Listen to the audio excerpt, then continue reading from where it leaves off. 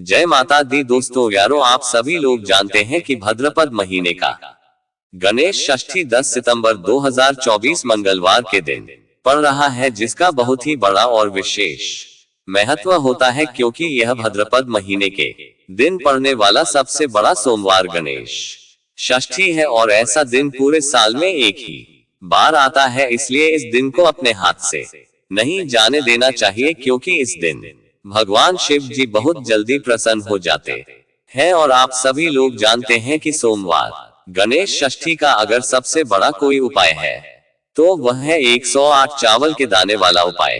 दोस्तों, यह उपाय बहुत ही खास उपाय है क्योंकि पंडित जी स्वयं इस उपाय को अपने अभी की ही शिव महापुराण कथा में बताया है।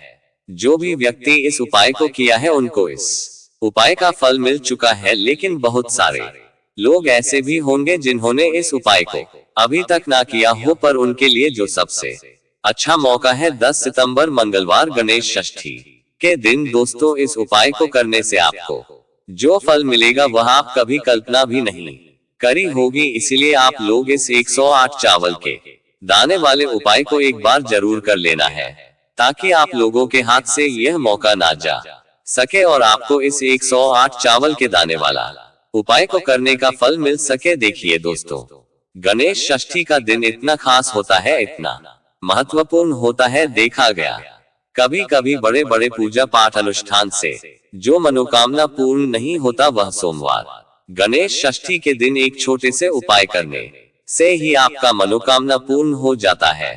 बहुत सारे लोगों ने इस उपाय को किया भी है और उनको इस उपाय का फल भी मिल चुका है। और दोस्तों, जब तक आप यह वीडियो देख रहे होंगे तब तक बहुत लोगों ने इस उपाय को कर चुके होंगे, लेकिन अभी भी समय है। यदि आप भी इस सोमवार गणेश षष्ठी के दिन इस 108 चावल के दाने वाला उपाय को करना चाहते हैं तो आपको इस वीडियो को पूरा देखना होगा, उपाय को समझना होगा, उसके बाद करना होगा, वरना आपको उपाय समझ नहीं आएगा और आपको उपाय का फल नहीं मिलेगा। इसलिए वीडियो को शुरू से लेकर अंत तक देखिए, फिर उपाय कीजिए। आपका जो भी इच्छाएं हैं, मनोकामनाएं हैं, वह जरूर पूर्ण होगी। और दोस्तों, यह एकमात्र ऐसा उपाय है जिस उपाय को करने से चाहे आपके घर में कितने भी बड़े दुख और परेशानियां चल रहा है, आपको उसका कारण भी नहीं पता है कि यह समस्या आखिर किस कारण से चली आ रहा है। उसका कुछ भी कारण हो सकता है, जैसे पितृ दोष हो सकता है, काल सर्प दोष हो सकता है, या किसी भी तरह का मंगल दोष भी हो सकता है, कुछ भी हो सकता है। पर आपको इस उपाय को करने के लिए अपने दोष को पता लगाने की भी जरूरत नहीं है और आपके जीवन में किस कारण से दुख और परेशानियां चलती चली आ रहा है उसको भी पता लगाने की जरूरत नहीं है। बस आपको को इस 10 सितंबर मंगलवार गणेश षष्ठी के दिन इस 108 चावल के दाने वाला उपाय को कर लेना है, क्योंकि दोस्तों, यह एकमात्र ऐसी उपाय है जिसे करने मात्र ही आपके घर परिवार में सुख और शांति आएगी। आपकी जो भी परेशानियां हैं वह खत्म हो जाएगा और आपका मनोकामना भी पूर्ण हो जाएगा। चलिए दोस्तों, अब हम समझते हैं कि इस 108 चावल के दाने वाला उपाय को आखिर करना किसको है, किस समय करना है और कैसे करना है। देखो, उपाय बहुत ही आसान है, लेकिन इसे ध्यान से समझना होगा। इस वीडियो को देखने के बाद आपको और किसी वीडियो को देखने की जरूरत नहीं है। तो चलिए अब समझते हैं, लेकिन उससे पहले अगर आप लोग भगवान की कृपा 108 चावल के दाने वाला उपाय को करना किसको है तो देखिए, इस उपाय को घर की सभी सदस्यों को करने की कोई जरूरत नहीं है। घर में से अगर कोई एक सदस्य इस उपाय को कर लेता है तो इस उपाय का फल आपका पूरा घर परिवार में मिलता है। इसीलिए घर की कोई भी एक बड़ी सदस्य इस 108 चावल के दाने वाला उपाय को कर सकते हैं, लेकिन वह बड़े सदस्य कौन होगा तो मुख्य रूप से वह बड़ी सदस्य घर की माताएं बहनें होगी, क्योंकि की माताएं बहनें घर की लक्ष्मी होता है और घर की लक्ष्मी अगर कोई उपाय करेगी तो उसका फल निश्चित रूप से मिलेगा। लेकिन अगर किसी कारण बस घर की माताएं बहनें वर्तमान नहीं है तो घर की कोई भी एक बड़ा सदस्य इस 108 चावल के दाने वाला उपाय को कर सकता है, चाहे वह महिला भी हो सकता है और पुरुष भी हो सकता है। इसमें कोई दिक्कत वाली बात नहीं है। चलिए अब बात करते हैं कि आखिर इस उपाय को करना किस समय है। सुबह के समय करना है कि शाम के समय करना है तो देखो इस वाले उपाय को आप लोग सुबह के समय भी कर सकते हो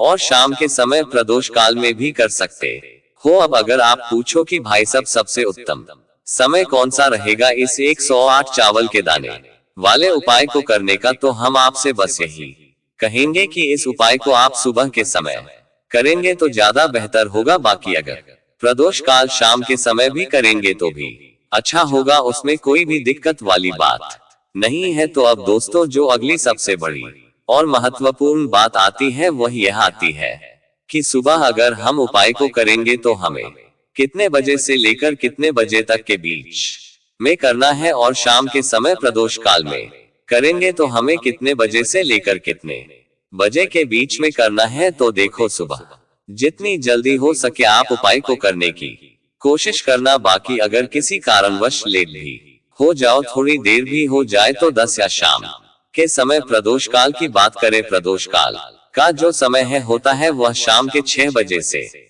शुरू हो जाता है। मतलब शाम के 6 बजे से लेकर 7 बजे के बीच का जो समय होता है ये समय प्रदोष काल का समय होता है। पर अभी जो मौसम चल रहा है, इस मौसम में जो है शाम बहुत देरी से होती है, तो आप इस उपाय को 7 बजे या 8 बजे के बीच में भी कर सकते हो।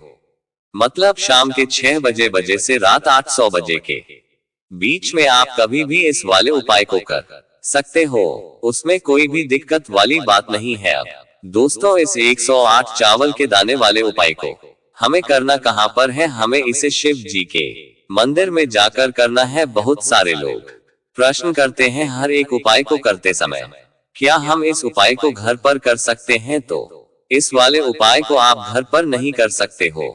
इस वाले उपाय को करने के लिए आपको शिव जी के मंदिर ही जाना पड़ेगा। अब बात करते हैं कि आखिर इस 108 चावल के दाने वाला उपाय को करना किस लिए है। जैसा कि हमने आप लोगों को बताया, अगर आपके जीवन में बहुत सारे दुख परेशानी आ रहा है, आपका मनोकामना पूर्ण नहीं हो रहा है, या फिर आपके जीवन में आपके घर परिवार में पैसों की दिक्कत चली आ रहा है, आपके घर में पैसा आ ही नहीं रहा है, मानो आपको घर बनानी है, बच्चों को अच्छे स्कूल में पढ़ना है, लेकिन उसके लिए पैसे नहीं है, तो आपको इस 108 चावल के दाने वाला उपाय को एक बार जरूर करना है। क्योंकि यह एक ऐसे उपाय है जिस उपाय को करने मात्र ही आपके घर में धान की बारिश होगी और आपके जीवन में जो भी दुख परेशानियां चल रहा है वह खत्म हो जाएगा, साथ ही साथ आपका मनोकामना भी पूर्ण होगी। तो ये तो आपको समझ आ गया कि यह 108 चावल के दाने वाला उपाय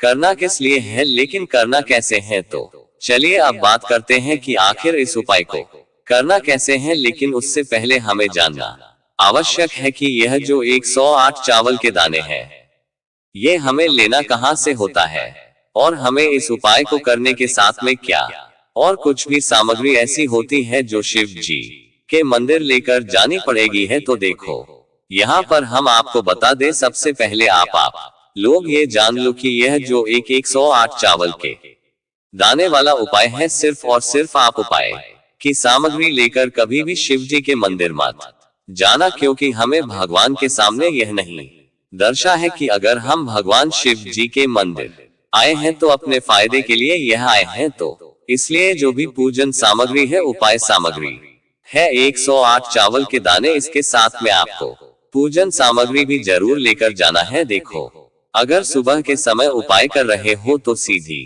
सी बात है, 1 लोटा जल तो आप लेकर जाओगे ही जाओगे। वही 1 लोटा जल अगर मिट्टी का जल हो तो बहुत अच्छा रहेगा। मिट्टी का जल कैसे बनाया जाता है, इसके लिए हमने पहले से बहुत सारी वीडियोस बना दी है आपके पास। इस दिन एक आखिरी मौका रहेगा मिट्टी का जल शिव जी पर चढ़ाने का और उपाय को करने का बहुत बड़ा आपको इस दिन फल मिलेगा। तो इसलिए इस दिन हो सके तो भाई मिट्टी का जल चढ़ाना तो अपने साथ में कम से कम 1 लोटा जल तो आपको लेकर जाना ही जाना है। अगर मिट्टी का जल नहीं है तो घर का जल भी आप इस्तेमाल कर सकते हो। इसके अलावा जो भी पूजन सामग्री है, देखो 108 चावल के दाने ये अलग आपके रहेंगे, और जो आपकी पूजन सामग्री रहेगी वह अलग रहेगी। पूजन सामग्री में आप जो भी चीज लेकर जाना चाहे वह लेकर जा सकते हैं, उसमें कोई भी दिक्कत वाली बात नहीं है। वहीं अगर हम बात करें शाम के समय की तो शाम के समय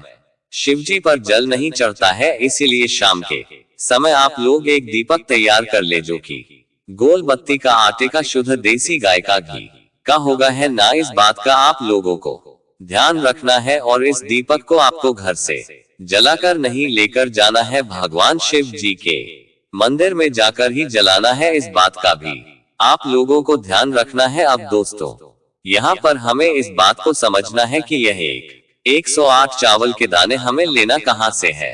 क्या हमें दुकान से लेकर आना है या हमें अपने घर से लेना है या कहाँ से लेकर आना है और कौन से चावल लेना है, क्योंकि चावल भी बहुत प्रकार के होते हैं। तो देखो, इन सभी सवालों के जवाब आप लोग एक बात में सुन लो कि भाई ये जो उपाय है, इस उपाय में आपको यह नहीं देखना है कि भाई कौन से चावल है कौन से चावल नहीं है। बस जो भी चावल ले रहे हो वह चावल का दाना सबूत होना चाहिए, मतलब साबुत होना चाहिए, टूटा हुआ नहीं होना चाहिए, कटा पिटा नहीं होना चाहिए। यह बात आपको ध्यान रखना है। बाकी आपका चावल बासमती हो या सादा चावल हो या कोई सा भी चावल हो, उसमें कोई भी दिक्कत वाली बात नहीं है। तो सीधी सी बात है कि आपके घर के रसोई घर में जहाँ पर आप भोजन बनाते हो, वहाँ पर जो भी चावल आपके उपस्थित हो, उन चावलों में से अपनी एक कटोरी भर लेना या एक मुट्ठी चावल अलग से निकाल कर रख लेना, क्योंकि हम 108 चावल ही यहाँ पर इस उपाय में लेने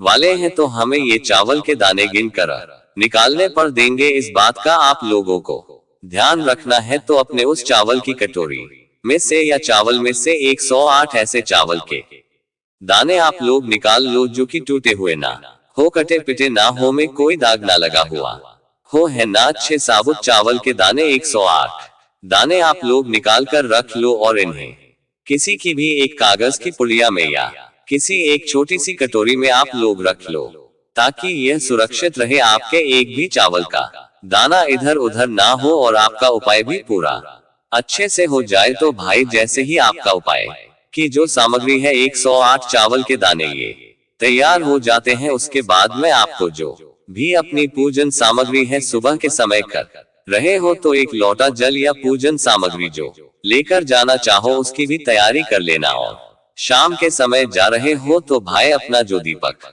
है उसे तैयार कर लेना, ठीक है। और उपाय को करते समय शुद्धता का विशेष रूप से ध्यान रखना, ठीक है। सुबह सुबह स्नान करने के बाद ही उपाय को करने की आप लोग तैयारी करना। उसके बाद अगर शाम के समय की बात करें तो शाम के समय आपको स्नान करने की जरूरत नहीं है, पर शुद्धता का ध्यान रखना है आपको।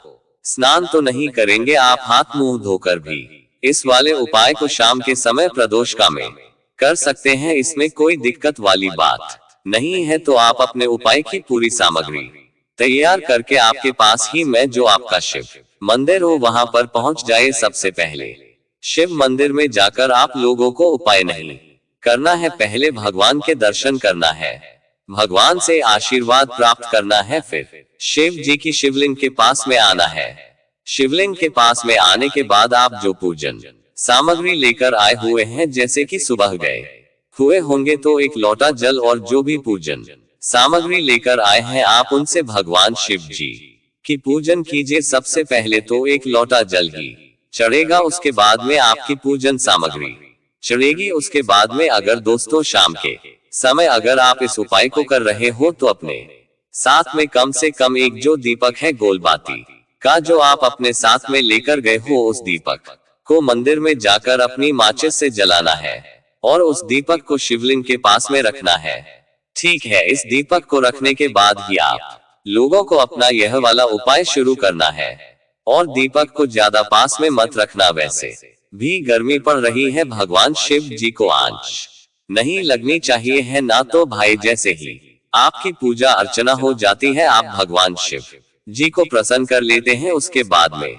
शिवलिंग के पास ही में आप कहीं पर बैठ जाए, सामने या आसपास जिस जगह पर आपको बैठना हो वहां पर बैठ जाए और अपने वही 108 चावल के अपने सामने निकाल कर रख लीजिए, क्योंकि अब यहाँ पर उपाय को यहाँ पर करने की आपको तैयारी करना है। और इस तरीके से जब आप उपाय करेंगे पूजन सामग्री करने के बाद, पूजन अर्चना करने के बाद, तो आपको उपाय का फल बहुत जल्दी और बहुत बड़ा होकर मिलेगा। तो अपने 108 चावल के दाने अपने सामने निकाल कर रख लेना। और यह जो उपाय है ये आपकी सीधे हाथ की हथेली से होगा, इसलिए इस बात का भी विशेष रूप से ध्यान रखना है। तो सीधे हाथ की हथेली का प्रयोग करके ही आप लोग अपना इस वाले उपाय को करना। अपने सामने जो भी आपकी कागज की पुड़िया है उसको खोलकर रख लो, या कटोरी है तो भाई उसे अपने सामने रख लो और अपने वही 108 चावल के दाने निकाल लो। ठीक है, उसके बाद में दोस्तों आपको क्या करना है कि शिवलिंग आपके सामने होगी, तो आपने वही 108 चावल के दाने एक एक करके आपको शिव जी के शिवलिंग के ऊपर चढ़ाना है। कहां पर चढ़ाना है? शिवलिंग के ऊपर चढ़ाना है और कहीं पर भी नहीं चढ़ाना है आपको अपने हथेली से, तो शिवलिंग के ऊपर चढ़ाना है। भले ही फिर वह अपने आप जलाधारी पर गिर जाए या मतलब वहीं पर गिर जाए, उसमें कोई दिक्कत वाली बात नहीं है, पर आप चढ़ाओ शिवलिंग के ऊपर ही। तो आपको क्या करना है? अपना पहला चावल का दाना उठाना है, श्री शिवाय नमस्तुभयम बोलना है और शिवलिंग पर चढ़ा देना है। इसी तरीके से दूसरा चावल का दाना उठा है, शिवलिंग पर चढ़ाना है और मंत्र बोल देना है। और फिर तीसरा चावल का दाना उठाना है, श्री शिवाय नमस्तुभयम बोलना है और चढ़ देना है। इसी प्रकार से आपको पूरे 108 चावल के दाने एक एक करके शिव जी के शिवलिंग के ऊपर चढ़ाना है और भगवान से प्रार्थना करते जाना है। मतलब प्रार्थना तो आपको आखिरी में करना है, पर हर एक चावल के दाने को चढ़ाते समय श्री शिवाय नमस्तुभयम जरूर बोलना है। उसके बाद ही मैं ये चावल का दाना शिव के ऊपर आपको चढ़ाना है। जैसे ही आपके 108 चावल के दाने शिवलिंग के ऊपर चया रच जाते हैं, तो भाई उसके बाद में आपको क्या करना है? भगवान से अपनी मनोकामना बोलना है। मनोकामना भी कब बोलना है? जब आपका 108 चावल का दाना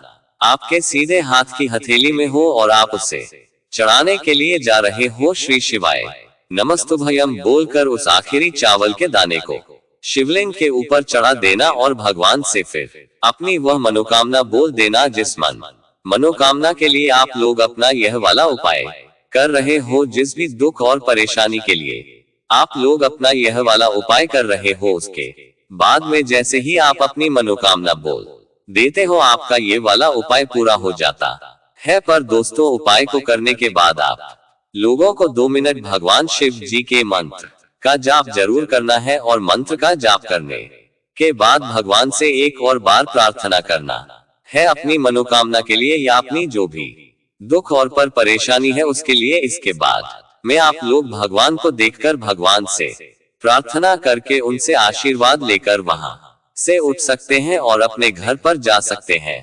बस दोस्तों, यहाँ पर यह वाला उपाय पूरा हो जाता है। तो दोस्तों, ये था पूज्य गुरुजी द्वारा बताए गए कुछ बहुत ही खास और महत्वपूर्ण उपाय। यदि आप इन उपायों को सही तरीके से कर लिया तो आपके जीवन में, आपके घर परिवार में जितने भी दुख और परेशानियां चल रहा है वह खत्म हो जाएगा और आपका मनोकामना पूर्ण होगा। वीडियो के अंत तक बने रहने के लिए बहुत बहुत धन्यवाद। अगर आप सब हमारे चैनल भक्ति में शक्ति 8824 पर पहली बार आए हैं तो अपने इस चैनल को सब्सक्राइब जरूर कर ले। धन्यवाद।